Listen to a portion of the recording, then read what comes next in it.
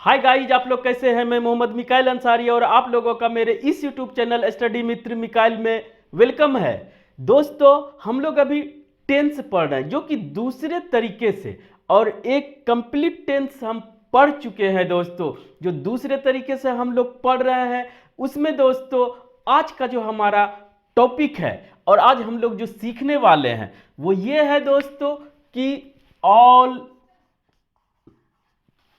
Future tenses, यानी कि दोस्तों फ्यूचर के जो भी चारों टेंसेज के टाइप्स हैं उसे हम लोग सीखेंगे। इस तरह का ये थर्ड वीडियो है दोस्तों। ऑल प्रेजेंट टेंसेज देखे, ऑल पास्ट टेंसेज देखे, आज दोस्तों हम लोग देखेंगे ऑल फ्यूचर टेंसेज। तो इसमें सबसे पहली बात जो आपको एनालिसिस करना है दोस्तों वो ये है कि टेंस क्या होता है, जिसे हम लोग पहले क्लियरली एक्सप्लेन कर चुके हैं। यहां पर अगर बात समझना चाहते हैं शॉर्ट में और अपने माइंड में रखना चाहते हैं तो दोस्तों देखें, टेंस का मतलब होता है एक्शन प्लस टाइम। अगर ये दोनों को आप समझ गए, टाइम और एक्शन यानी कि सिचुएशन एंड कंडीशन, तो आपके लिए कोई भी सेंटेंस बनाना आसान हो जाएगा और आपका इंग्लिश लैंग्वेज में कॉन्फिडेंस भी इंप्रूव करेगा दोस्तों, और आपको सब कुछ क्लियर भी होता जाएगा। अगर आप इस वीडियो को पूरा देख लेते हैं तो फ्यूचर टेंसेस से रिलेटेड आपको कोई भी कंफ्यूजन नहीं रहेगा। कंसेप्ट से रिलेटेड बस आपको ये करना है इस वीडियो को देखने के बाद दोस्तों कि आपको ज़्यादा से ज़्यादा प्रैक्टिस करना है अपने सिचुएशंस और कंडीशंस के अकॉर्डिंग, ताकि वो आपके दिमाग में बैठ सके। क्लियर? तो आइए, और हम यहाँ पर दोनों को एक्सप्लेन करेंगे, जो कि मेन पार्ट है। थ्योरिकल पार्ट कहिए या कंसेप्चुअल पार्ट कहिए, यही है एक्शन और टाइम।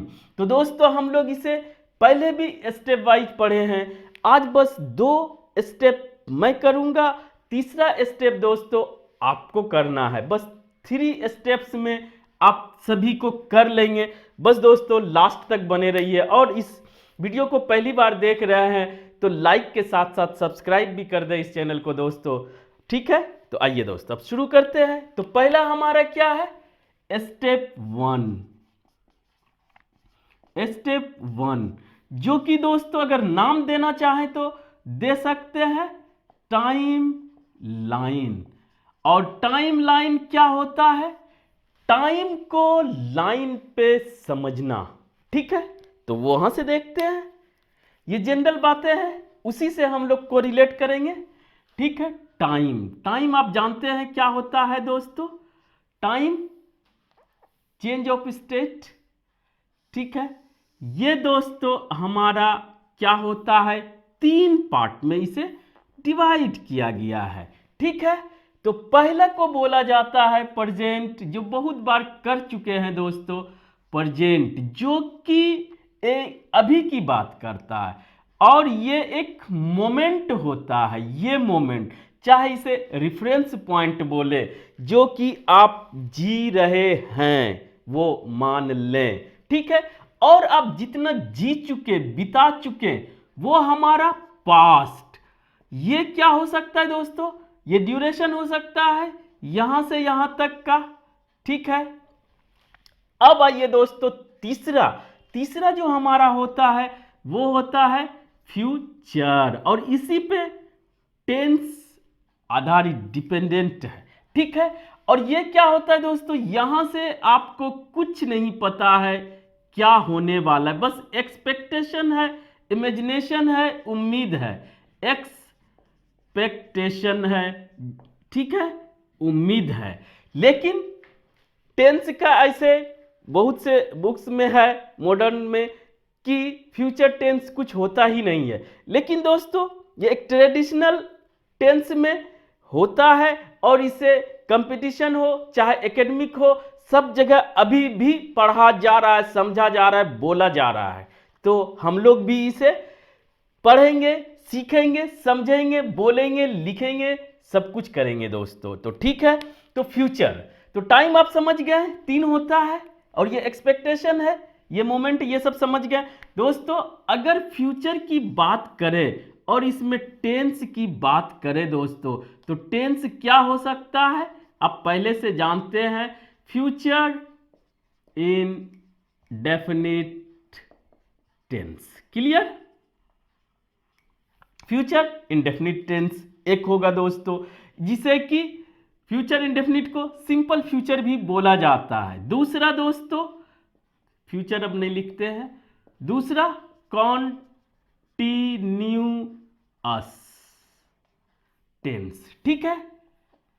तीसरा दोस्तों, फ्यूचर परफेक्ट, परफेक्ट टेंस। चौथा दोस्तों, फ्यूचर परफेक्ट यहां पे लिख दिए हैं दोस्तों, कॉन्टिन्यूअस टेंस। इस तरह से इसका भी 4 टाइप्स के होते हैं, इसमें कोई कंफ्यूजन नहीं है, आपको होना भी नहीं चाहिए। अब दोस्तों टाइम समझ गए, टाइप समझ गए, अब इसका कंडीशन या सिचुएशन यानी कि डेफिनेशन को समझना सबसे इंपॉर्टेंट है, या कहिए सबसे चैलेंज की बात है, और इसे ज्यादा दिनों तक याद रखना या कहिए कि क्लियर कर लेना बहुत जरूरी हो जाता है। तो टाइम लाइन पे हम लोग पहले तो टाइम को देखें, फिर हम लोग देखें कि फ्यूचर में 4 टाइप्स होता है। अब इसके अगर डेफिनेशन को आप समझ जाते हैं किसी भी तरह से, तो आपके लिए ये बिल्कुल ही आसान हो जाएगा स्ट्रक्चर बना के आपको फॉर्म करना। तो इसको कैसे समझेंगे? इसको दूसरा तरह से बोल सकते हैं, सिचुएशन एंड कंडीशंस। इसी को दोस्तों अब समझेंगे टाइम लाइन के हेल्प से। क्लियर? अब आइए दोस्तों कि फ्यूचर जो भी होगा यहां से यहां, मान लीजिए कि ड्यूरेशन की बात करते हैं, कभी हम 50 साल जी सकते हैं, 30 साल जी सकते हैं, लेकिन आगे किसी ने नहीं देखा है फ्यूचर क्या होगा। जो आप बिता चुके वही रियल है, आज जो है। इसीलिए दोस्तों कहा जाता है कि आप प्रेजेंट में जिए और इसमें जितना हो सके आप मेहनत करने की कोशिश करें, ताकि फ्यूचर आपका बेहतर हो सके। क्लियर? तो दोस्तों फ्यूचर इंडेफिनिट टेंस, इंडेफिनिट का मतलब यह सिंपल है कि फ्यूचर में किसी भी पॉइंट पर, ये पॉइंट स्पेसिफिक होना चाहिए। क्लियर? सिर्फ फ्यूचर के किसी भी पॉइंट पर, किसी भी टाइम पर, पॉइंट का मतलब है कोई भी टाइम हो, चाहे दोस्तों फ्यूचर में कोई भी एक्शन हो, बस होना है, होने वाला है, यानी कि कोई काम होगा, उसको बताने के लिए फ्यूचर इंडेफिनिट टेंस का यूज करते हैं। ये आपको पॉइंट दिया भी जा सकता है, कल करेंगे, परसों करेंगे, या सिर्फ हम करेंगे, तो दोनों तरह से हो सकता है। ठीक है? फ्यूचर में कोई भी होने वाले एक्शन को सिंपल दिखाने के लिए हम लोग फ्यूचर इंडेफिनिट टेंस का यूज करते हैं। भी स्ट्रक्चर भी देखेंगे दोस्तों, वो मेरा ही पार्ट है स्टेप 2 में। अब आइए दोस्तों कॉन्टिन्यूअस टेंस, ये भी आप पहले से जानते हैं। जानते ये हैं कि ये किसी पार्टिकुलर पॉइंट पर कोई एक्शन जारी रहेगा। अगर फ्यूचर की बात करते हैं, अगर हिंदी पहचान की बात करें फ्यूचर इंडेफिनिट टेंस की, तो मैं जाऊंगा, गा, वह जाएगी या वह जाएगा, गा, गे, गी, गे, तो वहां पर दोस्तों हम लोग सिंपल फ्यूचर टेंस का यूज करेंगे। और दोस्तों किसी पॉइंट पे कोई एक्शन होता रहेगा या कुछ भी है होगा, यानी जारी रहेगा, उसको दिखाने के लिए कब शुरू हुआ कब खत्म होगा उसका कोई चर्चा नहीं है। तो सिर्फ उस मोमेंट पे जो एक्शन दिखाया जाएगा या किया जाएगा उसको दिखाने के लिए फ्यूचर कॉन्टिन्यूअस टेंस का यूज करेंगे। मैं गाता रहूंगा, मैं जाता रहूंगा, मैं पढ़ता रहूंगा, और कोई पार्टिकुलर पॉइंट दिया जाएगा, ठीक है, तो उस पे क्लियर। अब तीसरा दोस्तों देखते हैं perfect, perfect future perfect tense. तो इसमें दोस्तों इसमें भी एक पॉइंट पार्टिकुलर कोई भी होगा, क्योंकि वो रेफरेंस पॉइंट जरूरी है। इसमें विदाउट रेफरेंस पॉइंट चलेगा, या आप उसको लिमिट करते हैं कि इसी दिन मैं जाऊंगा, तो दोनों हो सकता है, लेकिन कंटिन्यूअस में एक रेफरेंस पॉइंट होना जरूरी है, परफेक्ट में भी एक रेफरेंस पॉइंट होना जरूरी है। कि परफेक्ट का मतलब होता है कंप्लीट, तो कंप्लीट या फिनिश्ड या कंप्लीटेड जो भी बोलिए, कहने का मतलब है कि कोई पॉइंट हो उसके पहले कोई एक्शन कंप्लीट हो जाएगा। इस तरह का अगर सिचुएशन कंडीशन आता है तो आप फ्यूचर परफेक्ट टेंस के स्ट्रक्चर का यूज करेंगे। जैसे कल तक मैं चला जाऊंगा या जा चुकूंगा, ठीक है, चुकूंगा, चुकेगा, चुकेगी, ये सब रहे तो हम लोग परफेक्ट टेंस का यूज करते हैं, क्लियर। अब आइए दोस्तों परफेक्ट कंटिन्यूअस टेंस। जैसा कि आप जानते हैं परफेक्ट का मतलब कि कुछ पार्ट कंप्लीट होगा, और कंटिन्यूअस का मतलब कि कुछ पार्ट जारी रहेगा, प्रोग्रेसिव रहेगा, ठीक है। तो इसके लिए दोस्तों आपको एक पॉइंट तो फिक्स रहेगा, फाइनल पॉइंट की यहां तक काम होगा, या दोस्तों इनिशियल पॉइंट। और इनिशियल पॉइंट इसमें क्या हो सकता है, चाहे वो फ्यूचर से ही शुरू होकर फ्यूचर में खत्म हो, या दोस्तों प्रेजेंट से शुरू होकर फ्यूचर में खत्म हो, या दोस्तों पास्ट से शुरू होकर फ्यूचर में खत्म हो। तो यहां तक के लिए भी आप हमारा future perfect continuous tense use करेंगे, या दोनों पॉइंट बताएगा ड्यूरेशन, यानी कि दोनों में फर्क ये है दोस्तों कि ये एक मोमेंट बताता है, उस मोमेंट पे क्या हो रहा होगा या होगा, क्लियर। और दोस्तों परफेक्ट कंटिन्यूअस टेंस आपको एक ड्यूरेशन बताएगा कि वह 2 बजे तक पढ़ता रहेगा, या कहिए कि वह इनिशियल पॉइंट कि 12 बजे से पढ़ता रहेगा, दोनों पॉइंट हो गया। या दोनों रह सकता है कि वह 2 बजे से लेकर शाम 7 बजे तक पढ़ता रहेगा, यानी कि फ्यूचर में कोई कंटिन्यूअस एक्शन जारी रहेगा। उसे दिखाने के लिए हम लोग फ्यूचर परफेक्ट कंटिन्यूअस टेंस के स्ट्रक्चर का यूज करेंगे। सिचुएशंस और कंडीशंस आप समझ गए, और इस तरह से दोस्तों आप इसमें डेफिनेशन और दूसरा हिंदी पहचान भी हम लोग देख लिए। क्योंकि हिंदी से पढ़ रहे हैं तो हिंदी पहचान देखा जा सकता है, लेकिन दोस्तों इसमें रहा होगा तो अगर उस मोमेंट की बात करेंगे तो सिर्फ कंटिन्यूअस लगाएंगे, और कोई टाइम दिया रहेगा, ड्यूरेशन दिया रहेगा, पॉइंट दिया रहेगा, तो आपको दोस्तों ये लगाना पड़ेगा। इस तरह से स्टेप 1 कंप्लीट होता। अब आइए दोस्तों सिचुएशंस एंड कंडीशंस के बाद, डेफिनेशन को समझने के बाद, इसको हम लोग पहले इसके स्ट्रक्चर को फॉर्म करना सीख लें, क्या होता है, कैसे होता है, उसके बाद हम लोग प्रैक्टिस करेंगे। तो दूसरा स्टेप हमारा होगा स्टेप 2 में दोस्तों जो हम लोग लेते हैं वो स्ट्रक्चर। अगर डेफिनेशन समझ गए, सिचुएशन कंडीशन, तो उसके बाद हमारा बचता है स्ट्रक्चर।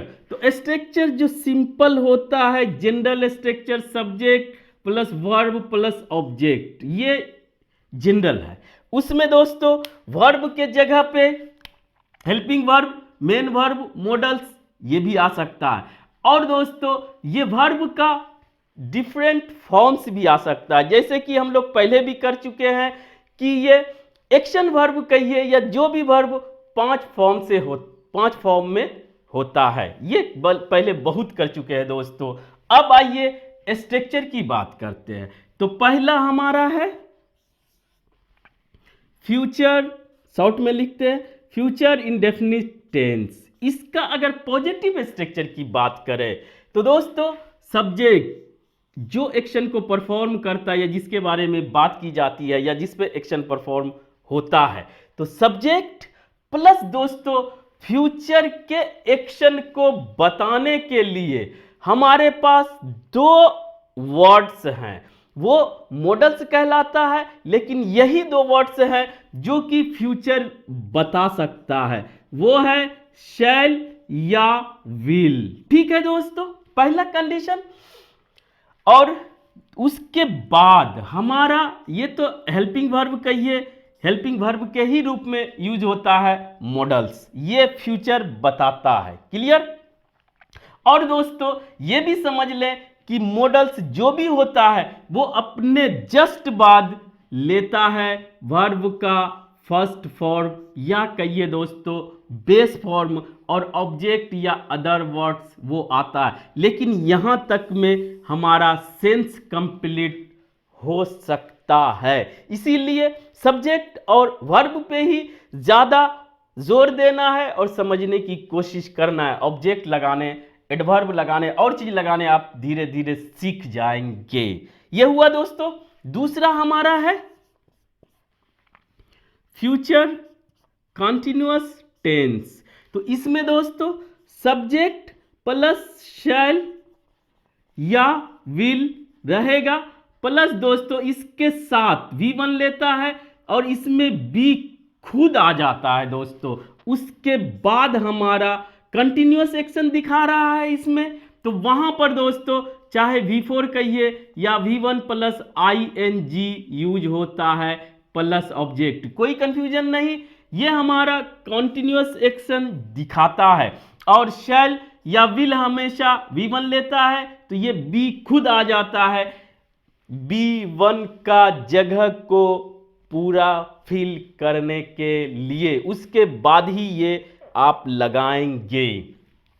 तीसरा दोस्तों फ्यूचर परफेक्ट टेंस। इसमें दोस्तों सब्जेक्ट प्लस शैल या विल ये हमेशा रहेगा, यही फ्यूचर बताएगा।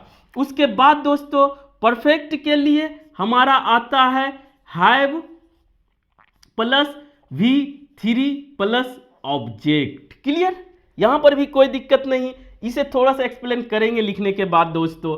और दोस्तों फोर्थ हमारा है फ्यूचर परफेक्ट कंटिन्यूअस टेंस, जो कि यहां तक तो रहेगा subject plus shell will plus दोस्तों हैव।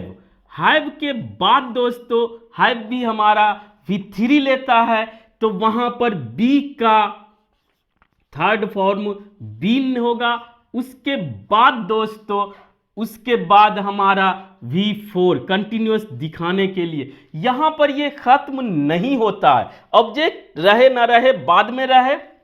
उसके बाद दोस्तों यहां पर सिंस, फॉर या फ्रॉम ये आएगा। उसके बाद कोई भी टाइम, और फ्यूचर टाइम बताने के लिए सिंस का यूज नहीं करते हैं, ये समझ लें। यहां पर दो ही आएगा, से जो लिखते हैं फॉर से बताएंगे या फ्रॉम से बताएंगे फ्यूचर में। क्लियर। अब आइए थोड़ा सा एक्सप्लेन कर देते हैं। शैल विल जो कि मॉडल्स है, जो कि फ्यूचर बताता है, और शैल विल दोस्तों हमेशा V1 ही लेगा अपने बाद। और सब्जेक्ट किसके साथ शैल, किसके साथ विल आएगा, ये दोस्तों पहले बहुत बार बता चुके हैं। यहां पर सिर्फ इतना कहना चाह रहे हैं कि आप अगर इस कंफ्यूजन से बचना चाह रहे हैं तो आप सभी के साथ विल यूज करें, जो कि मॉडर्न इंग्लिश में सिर्फ विल ही यूज किया जाता है। अब कोई कंफ्यूजन नहीं।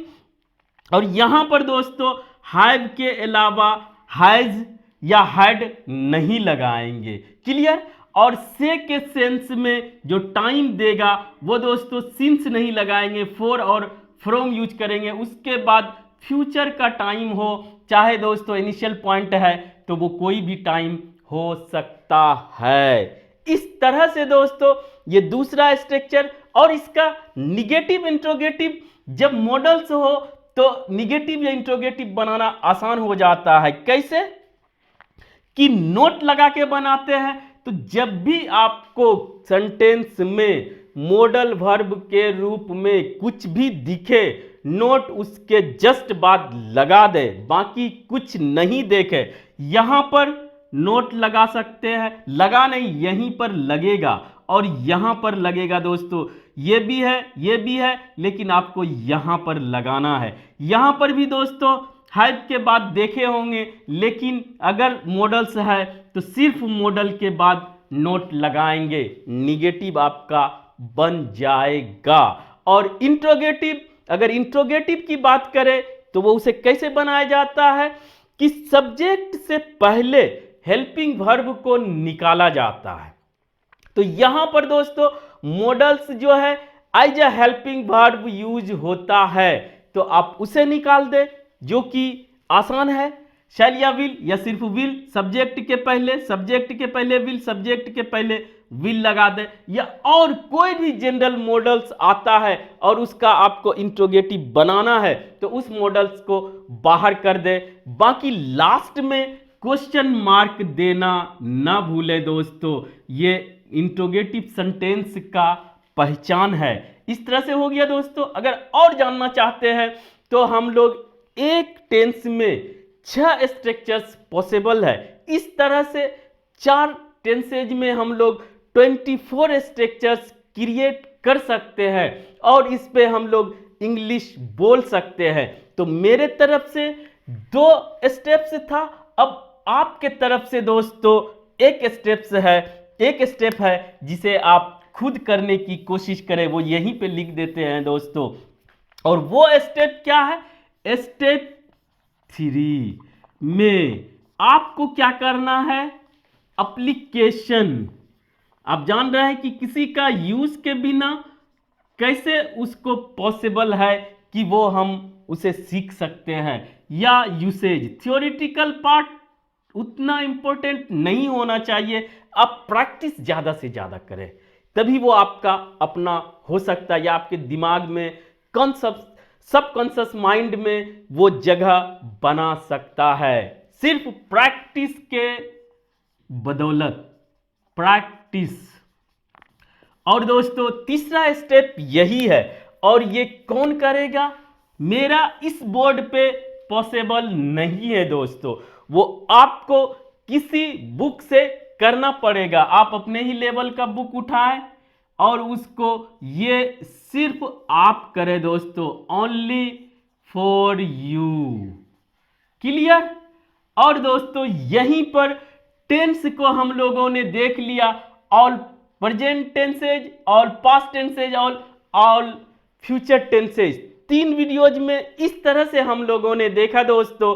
अब अगला जो हम लोग टेंस एक वीडियो में सभी टेंसेज को देख लेंगे, तो ये हमारे लिए एक फुल पैकेज हो जाएगा दोस्तों। आज बस इतना ही। अगर ये वीडियो आपको अच्छा लगा हो और आप इससे कुछ सीखे हो, प्लीज इसे लाइक करें, सब्सक्राइब करें और अपने दोस्तों के बीच शेयर जरूर करें दोस्तों। Thank you for watching, have a nice day.